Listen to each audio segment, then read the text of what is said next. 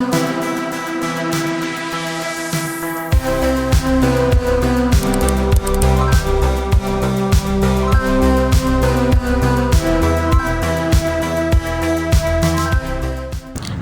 Everyone, welcome to drive the math. हम कर रहे थे एक्सरसाइज 1.6। इससे पहली वीडियो में मैंने आप लोगों को बताया था कि हम कैसे इक्वेशन को स्टेटमेंट में से बना सकते हैं, और उसके बाद मैंने ये कहा था कि हम इक्वेशन बनाने के बाद इसको सॉल्व कर सकते हैं दो मेथड से। अच्छा, मेथड और बहुत सारे हो सकते हैं, लेकिन अभी के लिए हम दो मेथड्स को फॉलो कर रहे थे। एक था मैट्रिक इन्वर्जन और दूसरा कौन सा था, याद नहीं भाई, क्रैमर रूल था ना।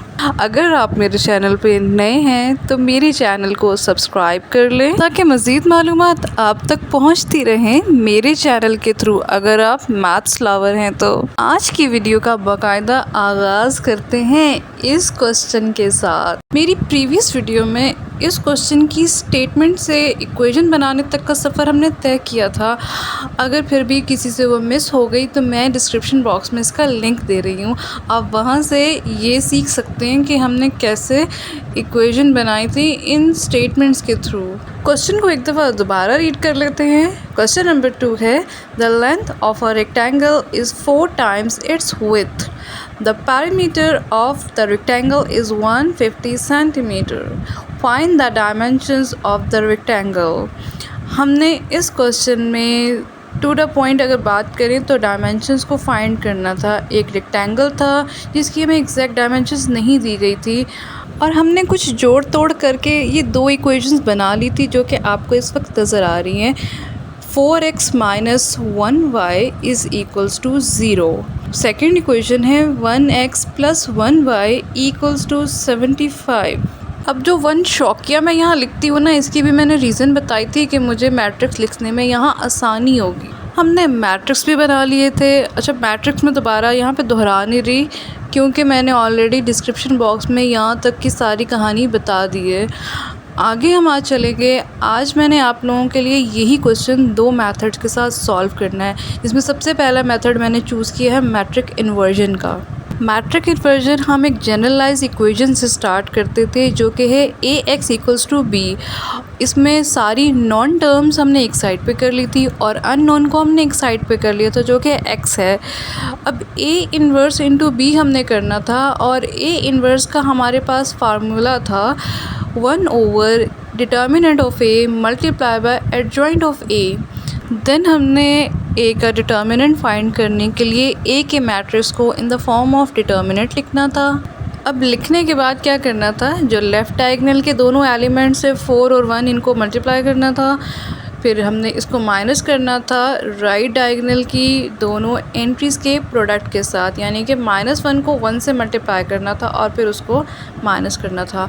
अब 4 × 1 इज़ 4 एंड -1 मल्टीप्लाइज -1। देन हमें पता है कि माइनस माइनस प्लस हो जाता है, तो हम 4 + 1 करेंगे 5 हो जाएगा।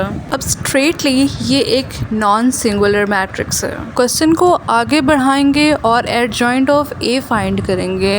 मैंने बताया था कि लेफ़्ट डायगोनल की एंट्रीज़ की जगह को बदलेंगे और राइट डायगोनल की एंट्रीज़ के साइन को बदल देंगे। अब a इन्वर्स के लिए हम डिटर्मिनेंट भी फाइंड कर चुके हैं और एडजॉइंट भी, तो a इन्वर्स के फार्मूले में इस तरीके से वैल्यूज़ को लिख दिया है। 1/5 ये 5 वैल्यू है डिटर्मिनेंट की, और 1 - 1 1 4 ये वैल्यू है एडजॉइंट की। दैन उसके बाद जनरलाइज इक्वेशन लिखेंगे, इक्वेशन में वैल्यूज़ को पुट करेंगे। अच्छा, x की जगह आपने x के मैट्रिक्स को ज़रूर लिखना है, और a इन्वर्स की जगह पे हमने उसकी वैल्यू को लिखा है और b की जगह पे b के मैट्रिक्स को लिख दिया है। देन नेक्स्ट स्टेप में हमने बाकी किसी चीज़ को नहीं छेड़ना, हमने सिर्फ ये दो मैट्रिक्स को छेड़ना है जो एडजॉइंट ऑफ a का है और b का। इनको आपस में हमने मल्टीप्लाई करना है। अब 1 × 0 + 1 × 75। यहाँ बेसिकली हमने फर्स्ट रो को कॉलम से मल्टीप्लाई किया है एरो की इंडिकेशन के साथ साथ। नेक्स्ट बारी है सेकंड रो की। अब सेकंड रो में -1 × 0 + 4 × 75 हो जाएगा। यहाँ भी मैंने एरो की इंडिकेशन के साथ आपको बताया है। नेक्स्ट स्टेप में मैंने मल्टीप्लाई करके इसको सिंप्लीफाई किया है। 1 multiply by 0 is 0 and 75 multiply 1 is 75। Second row में -1 into 0 is 0 and 4 multiply by 75 is 300। Next step में हमने रो की सब टर्म्स को सिंप्लीफाई करके लिखना है। अब 0 में किसी भी चीज़ को हम ऐड करें तो वही दोबारा से एंट्री हमारे पास सेम आ जाती है, यानी कि 0 किसी भी एंट्री में प्लस होके कोई फ़र्क नहीं करता और उसमें कोई इफ़ेक्ट नहीं आता। तो ये 75 और 300 एज़ इट इज़ हमारे पास यहाँ लिखे गए हैं। अब जो बाहर हमारे पास 1/5 मौजूद था ना, जिसको हम फ़िलहाल तो ऐसे इग्नोर कर रहे थे जैसे हमारे पास था ही नहीं। अब इसके साथ ये करना है कि इस 1/5 को अंदर वाली दोनों एंट्रीज़ के साथ हमने मल्टीप्लाई कर देना है। दूसरे लफ्ज़ों में ये कह सकते हैं कि 5 के साथ इन दोनों एंट्रीज़ को डिवाइड कर देना है। डिवाइड करने पे हमारे पास सिंप्लीफाई करके जो आंसर आएगा वो है 15 एंड 60, यानी कि 15 और 60। अब ये हमारे पास बेसिकली किसकी वैल्यूज़ बन रही हैं, x और y की। अब आंसर तो हमारे पास आ गया है, यानी कि एक डायमेंशन 15 है और दूसरी डायमेंशन 60 है। तो मैंने इसको ना चेक भी कर लिया ताकि कोई किसी किस्म का वहम ना रहे कि पता नहीं आंसर ठीक था या नहीं था। तो जनाब ये चेक करने पे भी आंसर सही आ गया, इसका मतलब है कि ये आंसर हमारा ठीक है। अब यहाँ तक तो हो गया मैट्रिक्स इन्वर्जन का मेथड। अब दूसरा मेथड देखते हैं इन्हीं इक्वेशन के साथ, ताकि हमें क्रैमर रूल की भी प्रैक्टिस हो जाए कि हमने इसी क्वेश्चन को अगर क्रैमर रूल के साथ करना है तो वो हम कैसे करेंगे। अब क्रैमर रूल की कहानी ऐसी थी कि हम डायरेक्ट x और डायरेक्ट y की वैल्यूज़ को निकाल रहे थे। x और y के लिए दो फार्मूला बनाए गए थे। अब वो फार्मूलाज जो थे वो भी बड़े आसान थे। x के लिए था ax determinant divided by a determinant और y के लिए था ay determinant divided by a determinant. और सबसे पहला काम हमारा था a डिटर्मिनेंट को फाइंड करना, जो कि बिल्कुल ऐसा ही है जो अभी मैंने थोड़ी देर पहले मैट्रिक्स इन्वर्जन मेथड में एक्सप्लेन किया है। देन उसके बाद ax और ay के मैट्रिक्स लिखे थे।